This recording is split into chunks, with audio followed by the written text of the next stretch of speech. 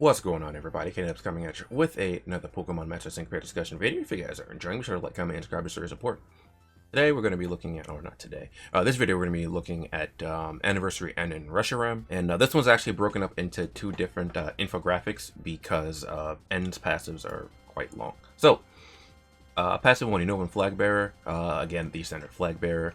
Powers up, moves all as sync paired by 10%, reduces damage taken by all allies by 20% with the Unova theme. The more you have on your team, the more it powers up this passive. Patch 2, Extended Range. When a move used by the user's Pokemon targets itself or an ally is successful, the target becomes all allied sync pairs. A move used by the Pokemon targets an opponent is successful, the target becomes all opposing sync pairs. The power and chance of applying the additional effects of this move's passive skill are not lowered even if there are multiple targets. So that's really good. That means N is just like an AoE nuke. So that's extremely interesting because this is the first time we're seeing a passive like that, and I want to see how this is going to be applied to other Pokemon going forward.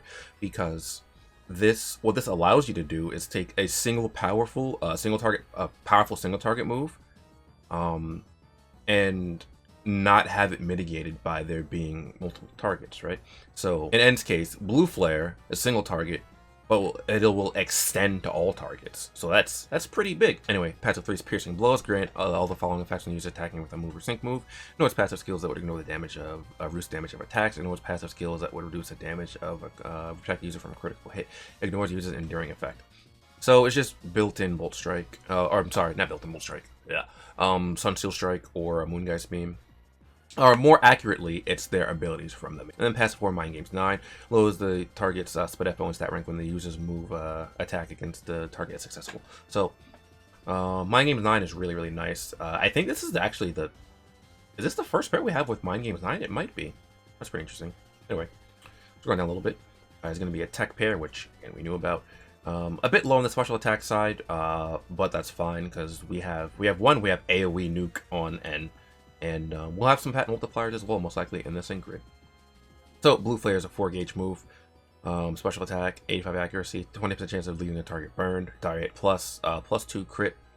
Noble Roar lowers the target special attack and special attack by 1 stat rank. And then Truth will prevail instead of Ideals will prevail. Applies moving acceleration to all allied field of play, raises special attack by 3 stat ranks, and then raises the user's accuracy by 1 stat rank. So, because this is a trainer move, I'm not sure if this is going to be affected by the passive. I hope it is, because it says moves, right? And this is classified as a trainer move, not like an item, like Dire Hit plus Wiz. However, if this applies to Dire Hit plus, N is actually just insane. Right, N is already really good because of him being able to hit, to just splash the entire field with attacks. But now he's also able to +6 his own special attack, moving acceleration, and raise accuracy. So Blue Flares are going to be connected unless the enemy has some kind of some kind of like evasion shenanigans going on, and then. Blue Flare to change the world. The more the user has been the more the target stats have been lowered, the greater the power of this move. So, Noble Roar is going to target and then splash out to everyone, or at least it should. So the more the stats have been lowered, the more powerful your sync move is going to be. So that's pretty nice. You can combo this with like Champion Iris or someone like that. I don't know if this shouldn't count for the sync move, right? Because it says when a move, so this should not count as the sync move. I don't think it will. If it does, that's actually busted. But yeah, let's hop on over to the sync grid real quick. All right, so over here at the sync grid for N, Blue Flare Pep Rally raises the speed of all allied sync pairs when this move is successful. Hostile environment, higher chance of burn. Move gauge refresh. Super duper effective 1. Noble Roar Mind Inflictor 4, 50% chance to lowering the special attack of all allied sync pairs by 1 when a status move used by the user Pokemon is successful. So, on top of the Noble Roar, alright, I think this is probably the same. Yeah, this is the thing for physical attack. So, on top of Noble Roar already lowering their, it's going to be lowering them by -1 on all allied sync pairs. Oh, I'm sorry, all opposing sync pairs. You're also going to have a 50% chance to double drop them, which is interesting, I guess. Helps out his sync move but I don't. I feel like I'd rather just use Champion Iris at that point. Sharp Entry +1 crit when you enter the battle, but I mean that's okay. We got Quick Cure. Removes Confused, Flinching, or Trapped once per battle. Pecking Order. The more the user's attack has been lowered, the more positive sync moves. Piercing Gaze. Say moves don't miss, which is, I don't know how I feel about that one.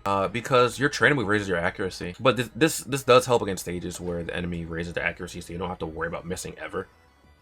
Or like if you don't want to use End's trainer move, I guess, but it gives move gauge acceleration, so I don't see why you really wouldn't want to use it. Devastation. The more the special attacks have been lowered, the more power to use a sync move, so you can have Pecking Order or Devastation. Unnatural Remedy removes status conditions every time they're inflicted. Adrenaline 1 reduces sync move countdown by 1 the first time it's used in battle. Healthy Super Hit applies super active up next if the user is at full HP when enters battle. Okay, that's okay. Overall though, I don't know. I feel like I feel kind of like indifferent on Ender Reshiram now after seeing everything. I was hoping the sync grid could be better, to be quite honest.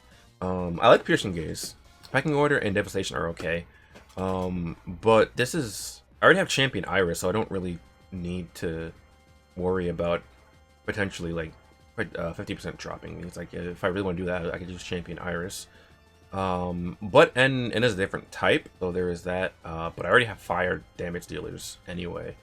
Like I have Leon, I have Red, but being able to just throw around blue flares left and right while potentially burning like everyone on the opposition might be kind of cool.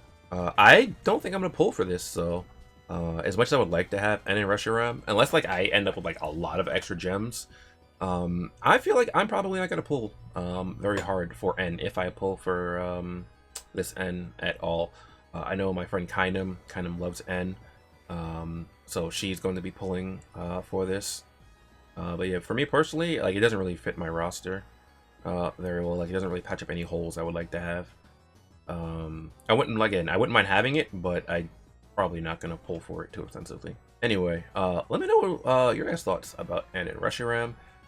If you're gonna pull for him, you pull for prioritize another anniversary pair. And yeah, I'll see you guys next time. Later.